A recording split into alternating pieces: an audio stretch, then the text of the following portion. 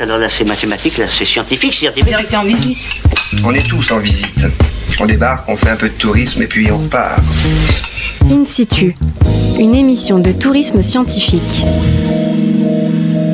In situ a pour objectif de faire découvrir un site de notre belle et grande région via un regard du domaine scientifique.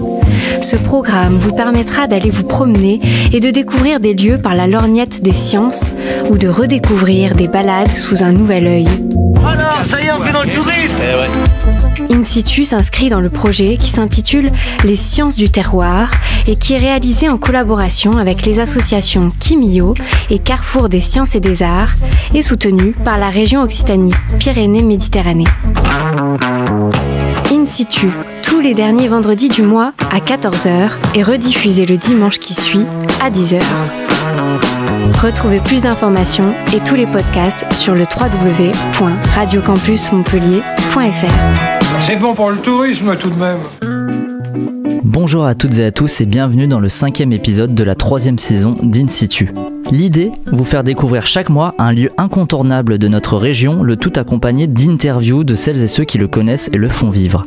Pour ce nouvel épisode, nous nous intéressons au parc naturel régional Corbière-Fenouillèdes et plus particulièrement aux chiroptères qui peuplent ce territoire. Un parc naturel régional a pour vocation de protéger et de valoriser le patrimoine naturel et culturel de son territoire, tout en organisant une politique innovante d'aménagement et de développement économique, social, culturel et respectueux de l'environnement. Le parc naturel régional Corbière-Fenouillèdes se situe dans les départements de l'Aude et des Pyrénées-Orientales, dans la région Occitanie. Il abrite en son sein une population peu connue du grand public, les chiroptères.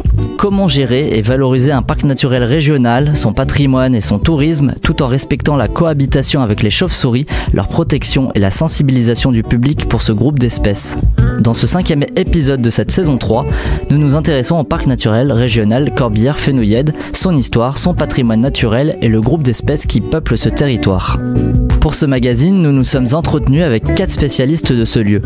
Geoffrey Thievé, chargé de mission tourisme durable au sein du parc naturel régional Corbière-Fenouillèdes et chef de projet Plan Avenir Montagne, et Marie-France Poletti, chargée de mission de développement touristique au syndicat mixte du Train Rouge. John Holliday, chargé de mission Natura 2000, et Marie Fourissier, chargée de mission patrimoine naturel au parc naturel régional Corbière-Fenouillèdes. Nous écoutons tout de suite Geoffrey Thievé, chargé de mission tourisme durable au sein du parc naturel régional Corbière-Fenouillèdes et chef de projet Plan Avenir Montagne, ainsi que Marie-France Poletti, chargée de mission développement touristique au syndicat mixte du Train Rouge. Ils nous en disent plus sur le parc naturel régional, le tourisme durable et le fameux Train Rouge qui parcourt ce territoire. Alors tout d'abord, un parc naturel régional, c'est un territoire rural habité et vivant. Donc, il dispose d'un patrimoine historique, naturel, paysager, culturel et une biodiversité qui a été reconnue de grande qualité, un équilibre fragile. Donc, dans un processus de création de parc, c'est tout d'abord la préservation des richesses naturelles, culturelles et humaines qui constituent la base de la démarche. La création d'un parc, c'est une démarche collective, elle est concertée et elle rassemble les communes, les communautés de communes, les départements et les ou la région autour d'un projet de développement durable du territoire. Donc pour Corbière-Fenouillèdes, c'est 99 communes, 7 communautés de communes, 2 départements, donc l'Aude et les Pyrénées-Orientales et la région Occitanie. Et donc comment il peut être classé? Donc c'est après avis du Conseil national de la protection de la nature qu'un territoire en projet de création de parc est classé par décret du Premier ministre et obtient la marque parc naturel régional donc attribuée par l'État. Donc par exemple pour la création du parc naturel régional Corbière-Fenouillèdes, c'est 10 années de travail pour la construction concertée du projet de territoire et aboutir au classement en tant que parc naturel régional le 4 septembre 2021. Et donc la création d'un parc naturel régional, ce que ça apporte justement pour le territoire, c'est déjà un projet commun dans lequel les objectifs de préservation et de mise en valeur des patrimoines constituent le socle. Et ça se matérialise par un document central, c'est un peu la bible de tout parc, c'est la charte du parc qui précise les enjeux de protection, de valorisation et de développement durable du territoire. Et ça rassemble les orientations et les objectifs, les mesures à prendre pour répondre à ces enjeux. Donc ce document, la charte, elle est signée par l'ensemble des parties prenantes dans la création du parc et elle est révisée tous les 15 ans. Donc ce que ça apporte aussi, c'est une équipe technique qui intervient dans les divers domaines que traite la charte et qui anime les travaux, les réseaux de partenaires dans les différentes thématiques, biodiversité, tourisme, urbanisme, paysage, agriculture, etc., etc. Et justement, en parlant d'enjeux, il y a un enjeu de protection durable. Est-ce que vous pouvez nous expliquer ce qu'on qualifie de tourisme durable et nous dire quelles sont les actions qui sont menées sur le parc naturel régional Corbières et Fenouillèdes qui font écho à ce développement durable du tourisme ? Déjà, de manière très formelle, le tourisme durable, ça répond au principe de développement durable appliqué au domaine du tourisme. Donc, le tourisme durable, c'est un tourisme qui respecte, préserve, met durablement en valeur les patrimoines naturels, culturels, humains d'un territoire. Ça cherche à minimiser les impacts négatifs que pourrait générer l'activité touristique et tout en respectant les enjeux de développement local. Donc, sur le territoire du parc, on travaille actuellement sur plusieurs projets qui reflètent assez bien l'aspect durable du développement touristique. Par exemple, en 2023, donc cette année, on a lancé une étude sur la gestion des flux touristiques dans les gorges de Galamus. Donc ces gorges, en fait, ça fait partie d'un site classé et elles sont un des principaux sites géologiques du territoire du parc, en plus d'être un haut lieu de biodiversité et un haut lieu paysager. Et c'est aussi un trait d'union entre les départements de l'Aude et des Pyrénées-Orientales. Et ces gorges, elles sont traversées par une route très étroite qui permet difficilement à des voitures de se croiser, mais qui est quotidiennement empruntée par les habitants de part et d'autre des gorges. Donc, l'objectif de cette étude, donc elle a été déjà lancée dans le cadre justement du plan Avenir Montagne, c'est de pouvoir mieux maîtriser et gérer les flux touristiques que connaissent les gorges en été et plus récemment sur les aides de saison pour répondre aux différents enjeux spécifiques du site, donc des enjeux sociaux, en garantissant la circulation des populations locales à travers les gorges pour accéder aux services les plus fondamentaux, aller chez le médecin, faire ses courses. Ça répond aussi aux enjeux environnementaux pour atténuer la pression de la fréquentation touristique et garantir la préservation des patrimoines, donc géologiques, la biodiversité et le patrimoine historique. Ça répond aussi à des enjeux touristiques, donc améliorer l'expérience de visite sur site, accompagner, encadrer les activités sur place et aussi faire découvrir autrement le site par l'interprétation et la médiation. Et puis ça cherche aussi à répondre aux enjeux économiques, donc de permettre aux activités économiques locales de mieux bénéficier de la fréquentation touristique du site et d'équilibrer les retombées économiques de part et d'autre des gorges. Et donc cette étude, elle nous amène par exemple à réfléchir à de nouvelles manières de se rendre dans les gorges de Galamus, avec l'utilisation de solutions alternatives à la voiture comme le train ou le vélo à assistance électrique, avec des logiques d'intermodalité entre les différentes solutions qui seront trouvées.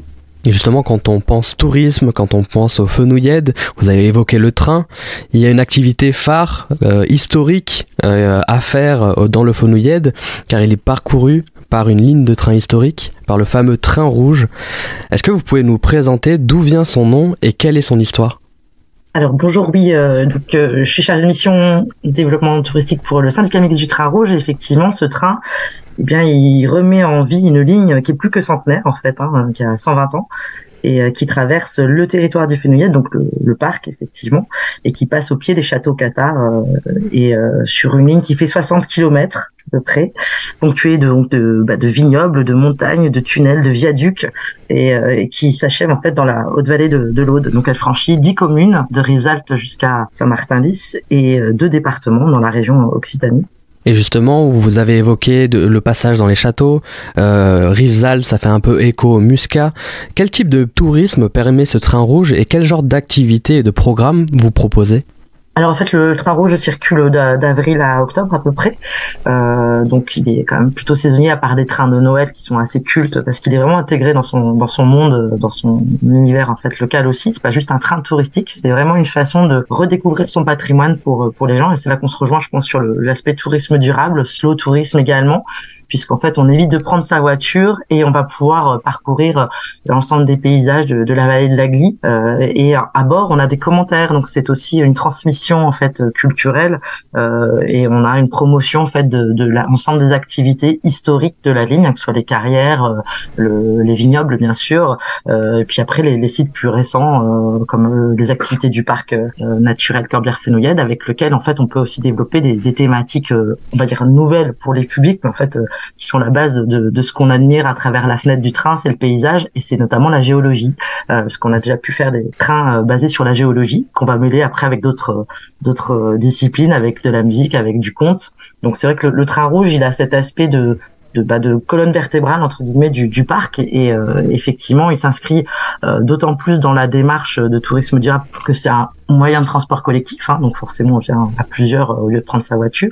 Et puis effectivement il a aussi sa propre démarche durable puisqu'il est maintenant un train rouge qui fonctionne au vert avec des biocarburants recyclés.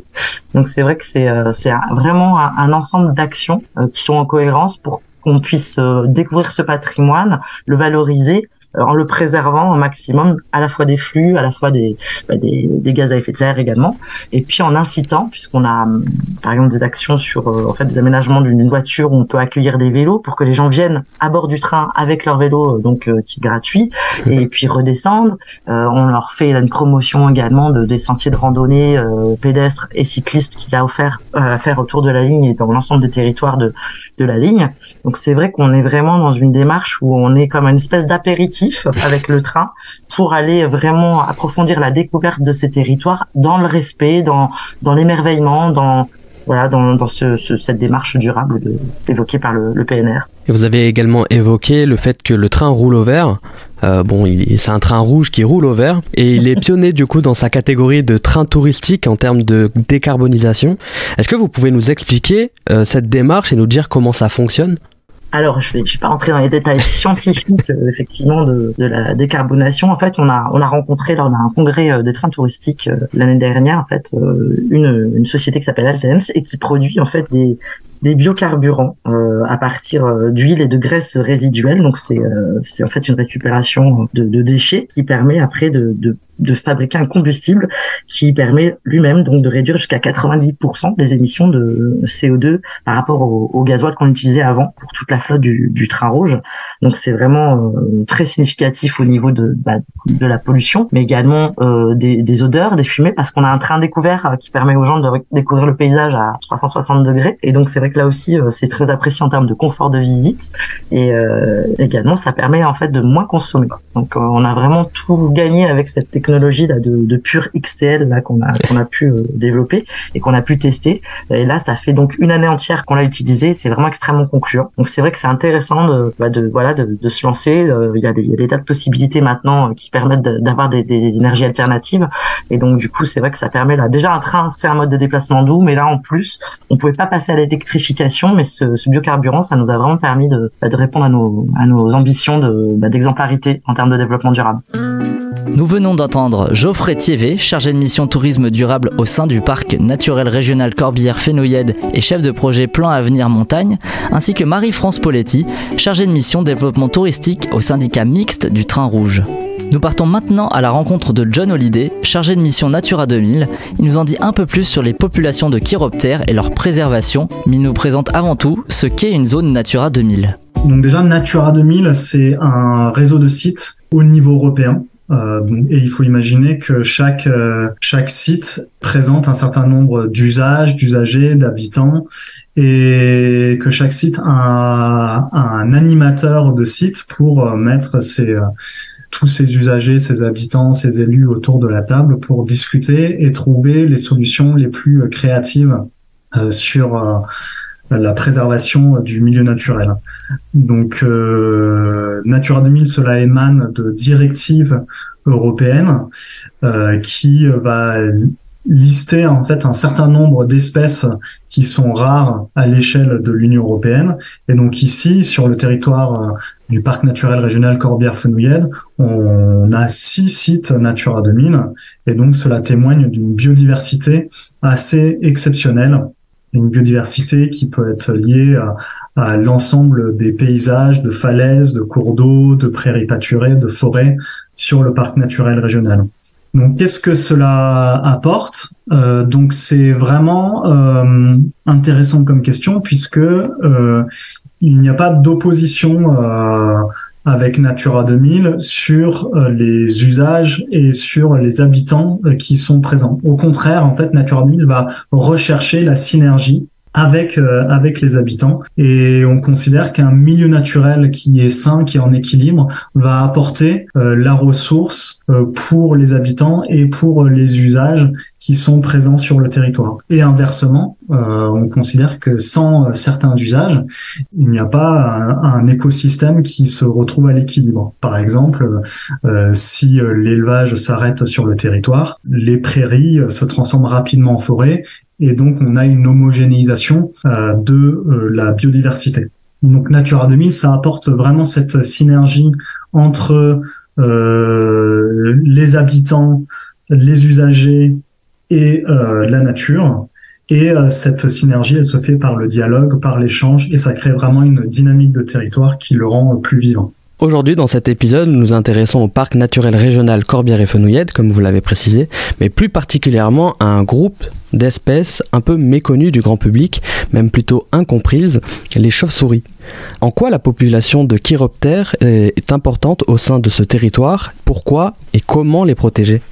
Alors en quoi les chiroptères sont importantes? Déjà, c'est un groupe d'espèces qui se trouve tout en haut de la chaîne alimentaire. C'est-à-dire qu'elles vont consommer des insectes, et les insectes eux-mêmes sont inféodés aux plantes, à la végétation, elles-mêmes inféodées au sol. Et donc, dès qu'il va y avoir un léger dysfonctionnement dans le milieu naturel, dans l'écosystème, cela va se répercuter sur les chauves-souris. Ce sont également des espèces qui sont extrêmement utiles. Utiles parce que, en fait, elles vont consommer les insectes ravageurs ou les moustiques. Et un individu peut consommer, lors d'une nuit de chasse, jusqu'à la moitié de son poids en insectes pour se nourrir. Donc ça va être extrêmement utile pour des usages tels que la viticulture ou l'arboriculture. Et les chauves-souris vont vraiment avoir un rôle finalement d'insecticide naturel. Alors pourquoi les protéger? Parce que ce sont des espèces qui sont extrêmement sensibles au dérangement. Par exemple, une chauve-souris, ça va hiberner. Et si en fait il y a un réveil pendant cette phase d'hibernation, eh bien ce réveil va lui faire consommer 50 jours de réserve de graisse. Et donc ce réveil va être extrêmement stressant pour son organisme. Et puis en plus, à ce moment-là, si c'est réveillé en plein hiver, elle ne retrouvera pas les ressources alimentaires habituelles pour pouvoir survivre. Donc ça, c'est le premier point. Les espèces de chauves-souris sont extrêmement sensibles également à la fragmentation du milieu, puisque en fait les gîtes d'hivernation, les gîtes de chasse, et les gîtes de mise-bas peuvent être extrêmement éloignés. Donc ça peut être éloigné de plusieurs kilomètres. Et donc si une chauve-souris, elle a besoin pour se déplacer, elle a besoin de ce qu'on appelle de corridors boisés, elle a besoin de linéaires boisés, et donc elle va suivre les haies, les linéaires boisés pour se déplacer et aller trouver ses terrains de chasse. Et sauf que s'il y a une rupture, même ça peut être juste une dizaine de mètres, 10, 20, 30 mètres dans ce linéaire boisé, eh bien la chauve-souris ne va pas pouvoir retrouver son terrain de chasse, et ça va être extrêmement impactant pour les populations. Et puis enfin, c'est également un groupe d'espèces qui est extrêmement sensible au changement des conditions climatiques.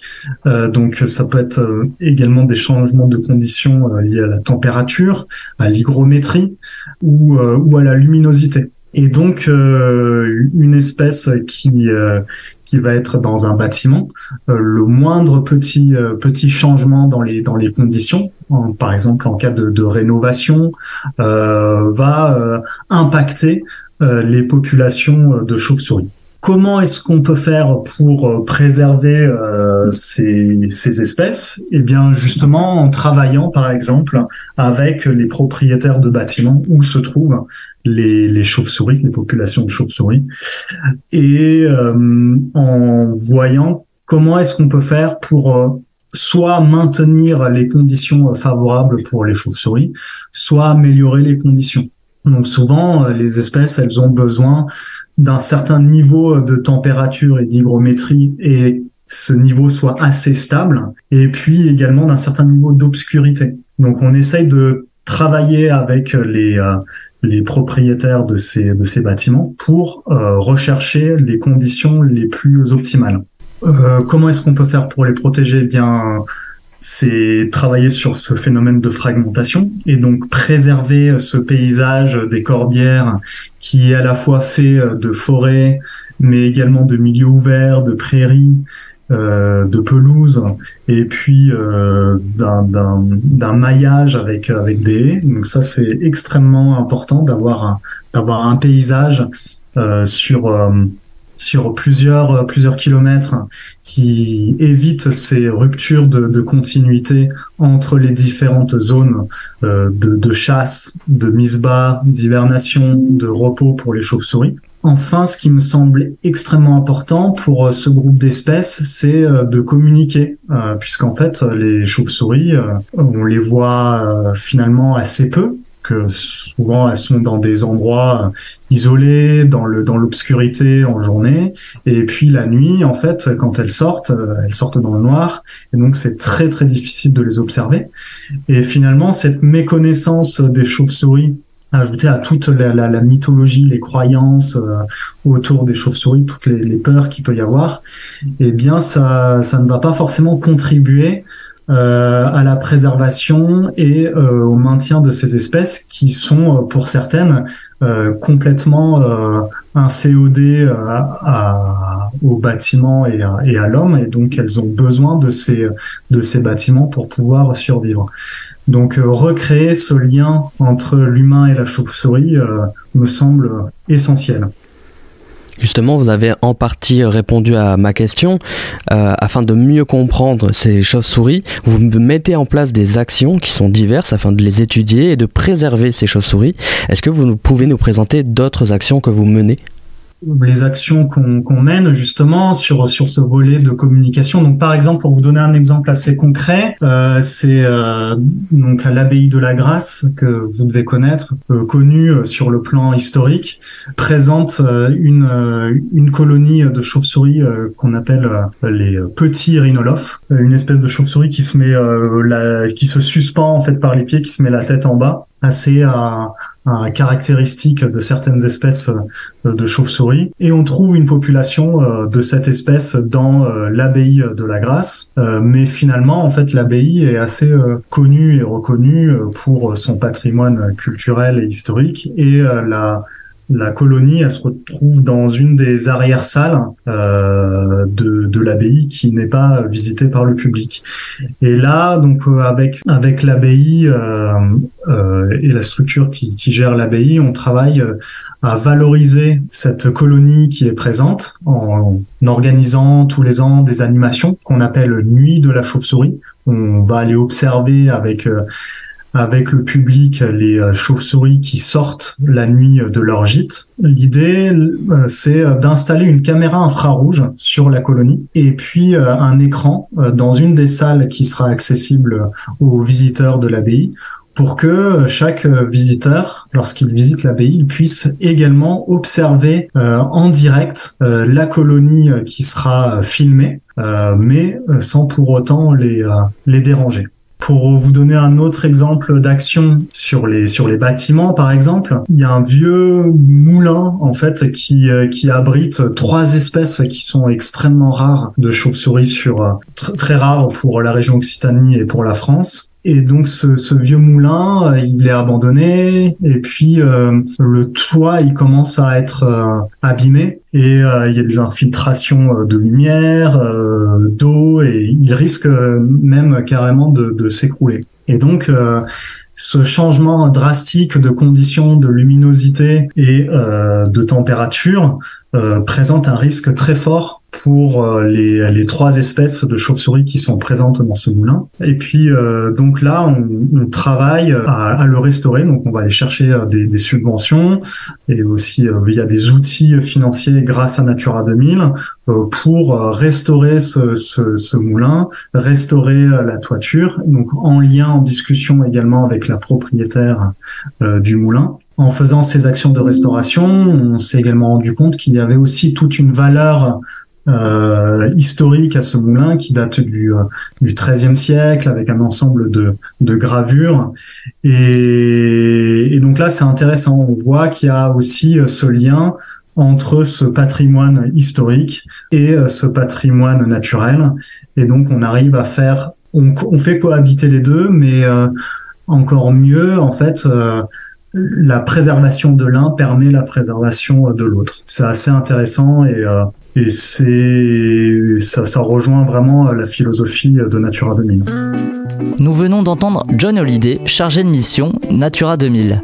Nous partons désormais à la rencontre de Marie Forissier, chargée de mission patrimoine naturel au Parc naturel régional Corbière-Fenouillèdes. Nous abordons avec elle la question de la sensibilisation ou comment allier préservation des chauves-souris, préservation du patrimoine culturel et tourisme. Alors le Parc naturel régional travaille sur de nombreux patrimoines et sur le patrimoine naturel, il a développé une stratégie basée sur des territoires différents. En fait, il a identifié des lieux sur lesquels on dit qu'il y a énormément de biodiversité et du coup, on les appelle des hotspots de biodiversité. Au sein du parc, il y a 43 sites qui ont été déterminés par les experts donc comme hotspots de biodiversité. On agit du coup en priorité sur ces sites-là parce qu'on sait que c'est là que les enjeux vont être les plus importants. Et au niveau de ces hauts lieux de biodiversité, il y en a 2 sur lesquels il y a un enjeu particulier au niveau des chauves-souris et sur lesquels on sait qu'il va falloir aller sur de la protection parce qu'actuellement, la connaissance et la gestion ne suffisent pas à protéger les populations de chauves-souris qui sont présentes.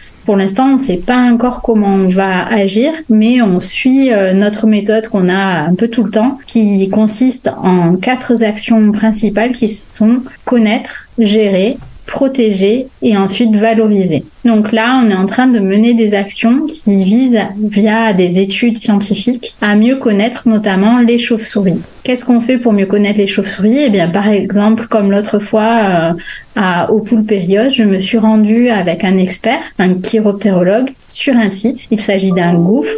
Et à l'intérieur de ce gouffre-là, on a compté la nuit la sortie des chauves-souris. Donc on a une lumière rouge et à la tombée de la nuit, on compte à la main les différentes chauves-souris qu'il y a et en parallèle, on a un matériel qui enregistre les ultrasons que produisent les chauves-souris et ça nous permet de déterminer les différentes espèces qui sont présentes. Et ce coup-là, au Poulpérios, on a compté plusieurs centaines de chauves-souris et 4 espèces. Donc on avait le Minioptère de Schreiber qui était là, 2 espèces de rhinolophes et le murin de Capassini. Donc finalement, pour résumer, le travail du parc sur la préservation et la gestion du patrimoine naturel, elle met en place 4 actions qui se déroulent plutôt de manière successive avec de la connaissance, de la gestion, de la protection et de la valorisation. Et il me semble que vous travaillez directement auprès des collectivités afin de diffuser de l'information, de sensibiliser et de les inciter à travailler sur des solutions à mettre en place pour protéger, voire même recréer des habitats pour les chiroptères. Comment cela se concrétise ? Oui, effectivement, les PNR se veulent des outils dédiés à leur territoire. Donc, on est vraiment au service des personnes qui nous ont permis d'exister. Comment on fait pour protéger ou recréer des habitats ? Déjà, il faut tout simplement savoir quels sont ces habitats. Donc, je vous en ai un petit peu parlé précédemment. Mais pour faire simple, les habitats des chauves-souris, leurs maisons, qu'on appelle aussi des gîtes, c'est beaucoup des cavités. On a cette idée des chauves-souris qui sortent d'une grotte. Ça, c'est une idée qui est assez fréquemment répandue. Mais quelque chose qui est peut-être moins connu, c'est que les chauves-souris utilisent aussi beaucoup de constructions humaines. Donc, il y a les combles des maisons, par exemple, qui peuvent être utilisés pour que les chauves-souris mettent bas à la période estivale. Les chauves-souris aussi peuvent se mettre dans les piles des ponts, dans les interstices entre les briques, dans les fissures et également dans les arbres. En fait, on distingue différentes espèces de chauves-souris selon qu'elles apprécient des milieux assez vastes pour établir leur gîte, ou bien au contraire qu'elles aiment bien se mettre dans de tout petits interstices. Après, ces choses-là peuvent aussi varier selon le cycle de vie des chauves-souris, puisque les chauves-souris, en fait, elles ont des périodes où elles sont dans certains gîtes, notamment pour hiberner ou au contraire en été pour mettre bas. Mais elles ont aussi des sortes d'habitats transitoires sur leur voyage entre leurs 2 gîtes principaux. Donc c'est là qu'elles peuvent se mettre dans des lieux un peu moins confortables, on va dire. Et donc, une fois qu'on connaît ces habitats, on peut forcément les protéger. Donc, ça passe par la connaissance dont je vous parlais, aussi la sensibilisation. Et puis à terme, il s'agit de protéger les habitats peut-être de certaines perturbations. Donc, on va être attentif à ne pas modifier l'éclairage ni l'aération, ne pas boucher les accès pour que les chauves-souris puissent continuer à se rendre à l'intérieur de leur gîte. Parfois, on met en place des protections réglementaires. Donc, ça peut être, par exemple, ce qu'on appelle un APPB. C'est un arrêté préfectoral de protection de biotope. Donc là, de manière contractuelle, avec le préfet, on détermine qu'il y a un site qui est vraiment à enjeu très fort et peut-être qui pâtit d'un certain dérangement. Et on décide de réglementer, voire d'interdire à certaines périodes clés des activités sur certains sites. Après, on peut aussi, de manière plus positive, essayer de recréer des habitats favorables à la biodiversité, et notamment aux chauves-souris. Là, ma position, c'est qu'il faut être assez modeste parce qu'on n'est pas dans la tête d'une chauve-souris et on ne sait pas exactement qu'est-ce qui va lui convenir ou non. Donc, la priorité est à la protection des habitats existants, mais on peut aussi éventuellement planter de nouveaux arbres avec des essences locales, par exemple, ou alors mettre des nichoirs à chauves-souris, de la même manière qu'on a des nichoirs à oiseaux. Il existe aussi des nichoirs à chauves-souris qui peuvent permettre de recréer des habitats pour les chauves-souris. Et dans ce cas, il faut être bien attentif à que ce qu'on crée soit déjà utilisable par les chauves-souris et ne soit pas un piège. Par exemple, le nichoir, il va falloir faire attention à pas l'installer à un endroit où il y a un chat qui pourrait facilement se rendre et consommer pour son repas la chauve-souris. Et vous nous disiez précédemment que les chauves-souris aimaient bien se caler dans des interstices, dans des bâtiments, des habitations. Certains sont voués à être rénovés. Comment vous pouvez concilier la rénovation des bâtiments accueillant du public et la préservation de l'habitat des chiroptères ? Et ces mammifères sont-ils nuisibles pour les bâtiments qu'ils occupent ?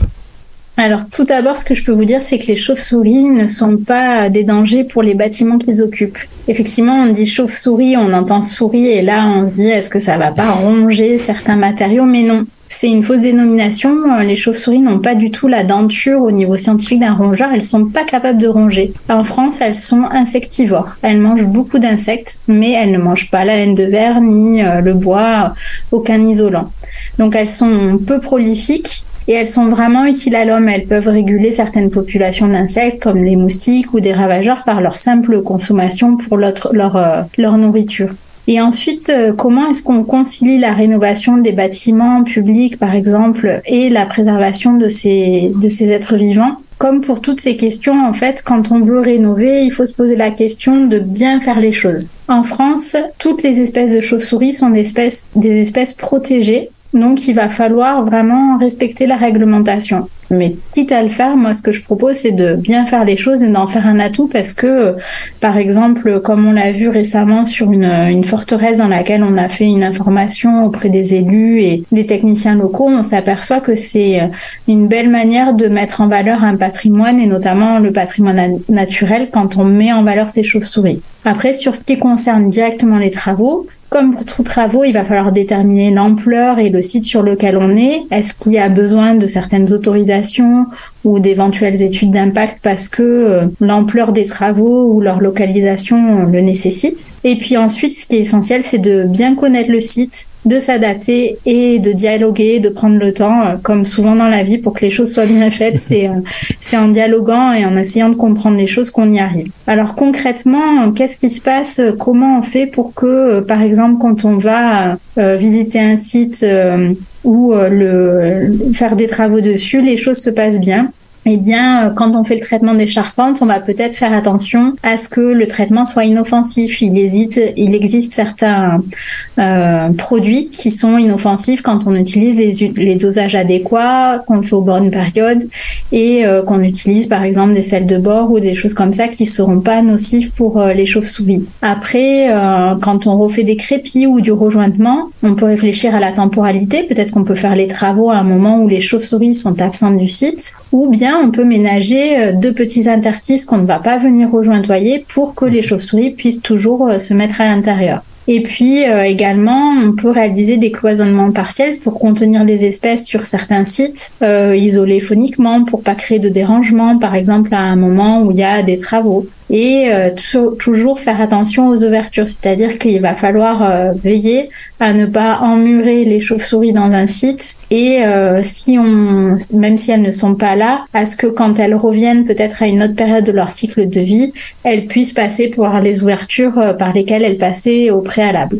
Donc l'essentiel, c'est de se faire entourer par des gestionnaires locaux, voire des associations, et de bien respecter la réglementation. Mais quand vous êtes bien entouré, en général, vous avez toutes les informations et vous pouvez faire de ces moments-là des atouts. Et peut-être que en étudiant un site, en découvrant que vous avez des chauves-souris, derrière vous allez pouvoir le valoriser et montrer au public peut-être à quel point votre patrimoine n'est pas que architectural, mais aussi un patrimoine naturel et que tout ça là coexiste correctement.